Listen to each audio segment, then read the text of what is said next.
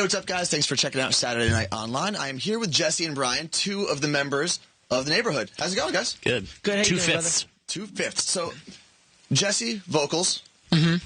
Brian, drums. Yes. Right. Any reason the guitarists didn't show up? Did you guys like band them somewhere so you guys sit and play your guitars? We'll leave you alone. No, we actually just did a different interview with Zach, who's one of the guitarists. I don't know. I think it just worked out. Zach doesn't like me. That's now my feelings are hurt. He did say something about Was he like, yo, that kid Anthony? Yeah. He sucks. Yeah. He said he stinks. That's funny. He just smells. I can't go in the room. Yeah. All right. So, Sweater Weather is the single out right now. It is. All right. And you also have another single coming out, Afraid. Correct. Yeah, that one's like it's actually moving up pretty well. It's on the alternative charts. Yeah. It's doing really well. We're happy. We like that song. Now, your current album is I Love You. Uh-huh. But I want to talk about, you also have EPs. I'm sorry and thank you. Thank you. Yeah. So thank you, I'm sorry, and I love you. Mm-hmm. Are you just like going to write out a letter eventually with all the different names of your albums? No, 'Cause I feel like there's like some message going on there. That's actually it. Yeah, that was the That's first. it. The first three. That was always the plan for those ones from the first. Actually, from the first song we put out, when we knew everything was going to be So the first one was going to be Thank You no matter what. No, Second, I'm sorry. I'm sorry. Thank you. I love you. Yeah. And I love you. Yeah. What was the reason for it? They're very powerful statements, but they're very overused statements.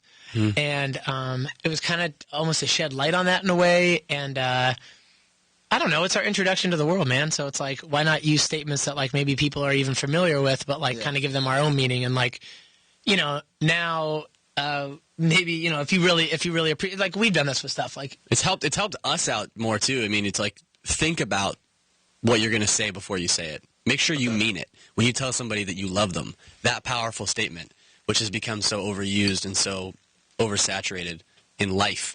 Yeah. You know what I mean? Make sure that you mean that when you say it to somebody. So you guys probably aren't going to say it to me, I'm assuming. No, definitely not. Actually, it's funny you asked that. Well, then I'm sorry.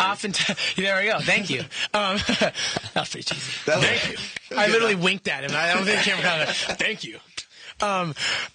We have incredible fans, and oftentimes fans will like. Either while they're driving away or when they see us or whatever, will say, I love you, and I always refuse to say it back. Not in like a disrespectful way, but I always say, thank you, I appreciate you so much. Because that's the truth. Like, I love my mom and I love my friends. Like, I don't want to waste that. I've wasted it too many times in my life, and like I think I've learned to not do that anymore. When fans yell at you, do you ever just want to be like, you don't really know me that well? Yeah. That's a lot of times, at least for me, because I'm not, a lot of people can connect with his words, and I express myself emotionally through the music that I make, but you don't really get to know me that well. You get to know him pretty well. But for me, it's like a lot of people say, I love you, and I want to say, no, you don't. You don't even know me. I feel pretty sure if you knew me, you wouldn't even like me. You like my music, and I appreciate that. You know what I mean? Yeah. Unless it's diehard fans who have dug in and found. Do you guys ever notice, like, are there fans that you'll see at a lot of your shows in the same area that you can say, oh, there's Chris. He's in the front row again. Like he always is. Yeah. Yeah. Shout out to Raul. Yeah, In Raul. Houston. Shout out to Raul. He's going to love that. I know. There's honestly many of them. Like, there's many. I know there's one woman who's a teacher, and she has a tattoo. I'm awful with names, so I mean, I'm not even going to try to remember or to not remember. I don't remember her name, so I would rather not try to like make something up for the sake of this interview.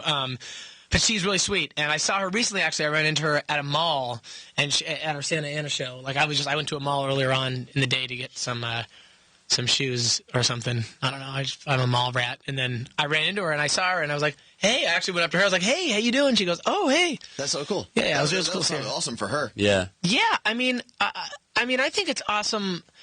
Whenever you see anybody that you know what I mean? Like, she's met me. She knows me. Yeah. And even, that's like going back to the I love you question where you said, like, when people yell at, do I want to say, like, you don't even know me? Like, no, I don't want to say that because people do know me. If you're listening to the music and you're listening to what I'm saying, like, you're hearing my thoughts. You're hearing my opinions. So if you say that you love me, then I guess you mean you love me because I'm just giving you myself. Yeah. Yeah. It's almost like you're not really even trying to be the nice guy who, like, I'm going to be the nice guy and, like, try and remember these people. It's like when you see somebody, for me, more than once, the next time I see them, I'm going to go, I remember you. I've seen you twice before now. You know what I mean? Like, I'm not going to forget a face that easily, even though we see so many of them. All right, so shout out to Raul again. Raul in Houston. He's the homie. Raul's Where is he at? Houston. Houston? Okay. Yeah. We got to hire Raul for something someday. I'm not even kidding. He's gonna love this, and I'm so pumped. He could run something like a site or I don't know. Next question. He didn't tweet us a question yet, but we do have some. He already knows the answer. Yeah, he does. So we have Benji Marin wants to know, is Afraid about a specific person? If you don't know the song Afraid yet, first off, listen to it. And second, you're going in on somebody. It's about you, right? Yeah. As far as, it's funny, because I guess when you ask that question, I start thinking about the chorus, and I'm like, okay. And then when you said, you're going in on someone, I'm like, when I wake up, I'm afraid somebody else might take my place. I'm thinking of the lyrics of the chorus, and I'm going, that's not really going in on someone. But then the part that I guess a lot of people are recognizing, or that shouts out to people, that stands out, is when you say, to me, I don't like you anyway. Like when that part comes, and it's funny. I think it is to myself almost. Yeah. I mean, I know it is. Yeah. Like it's kind of like reminding myself not to be certain ways or judgmental or afraid in a lot of ways. Like that's a big point of the song is like everybody's so scared. Like I'm terrified about so many things, but like writing the song and everything that's happened with the song is like playing it every night. Honestly, makes me feel really like fearless. It feels good. That's really cool. And again, we love the single Sweater Weather, but also from Afraid. I'm jumping back and forth. Now, this question I'm interested in because Sal from Michigan wants to know, what was the vibe on set when you were filming Afraid?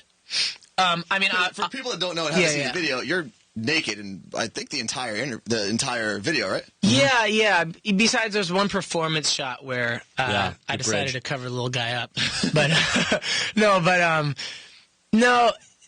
To be honest, if there was any, it was fear. It was terrifying. It was. I mean, which was the point? Yeah, it was the point, and like there wasn't like takes of doing that. There wasn't like, all right. Let's reshoot that shot, or it wasn't really like that. It was just like, okay, like, yeah, literally, it was a day that we shot the video in, and we shot everything, and then at the end, it was like, all right, let's do this now, and it was like, I came out, and I was scared, and completely vulnerable, and obviously naked, and, it was probably the best scenario I could have been in, though, like, because it was, like, my really close friends around, and, and it was funny.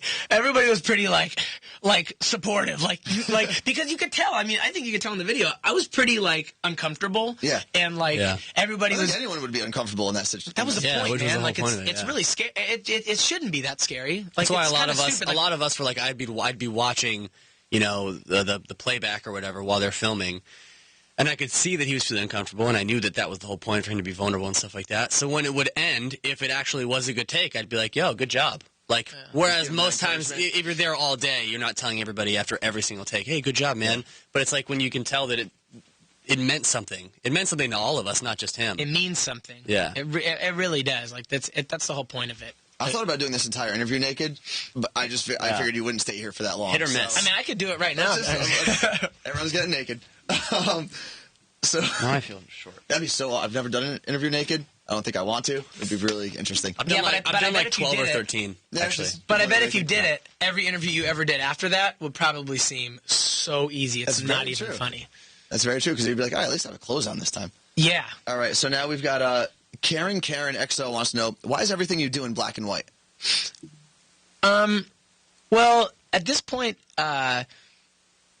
we feel like it's really, like, integrated into our everyday lives, like even when we're home, and no matter what, like black and white is a big part of our lives, and a lot of it has to stem just purely from honesty, and the other half is purely from aesthetic. And then I guess once you kind of combine them together, like I said, it's kind of ran its course, and it's almost like a spiritual thing now with us. Like it's almost like our religion in a certain weird way, and it's our vision, and I think it's really important.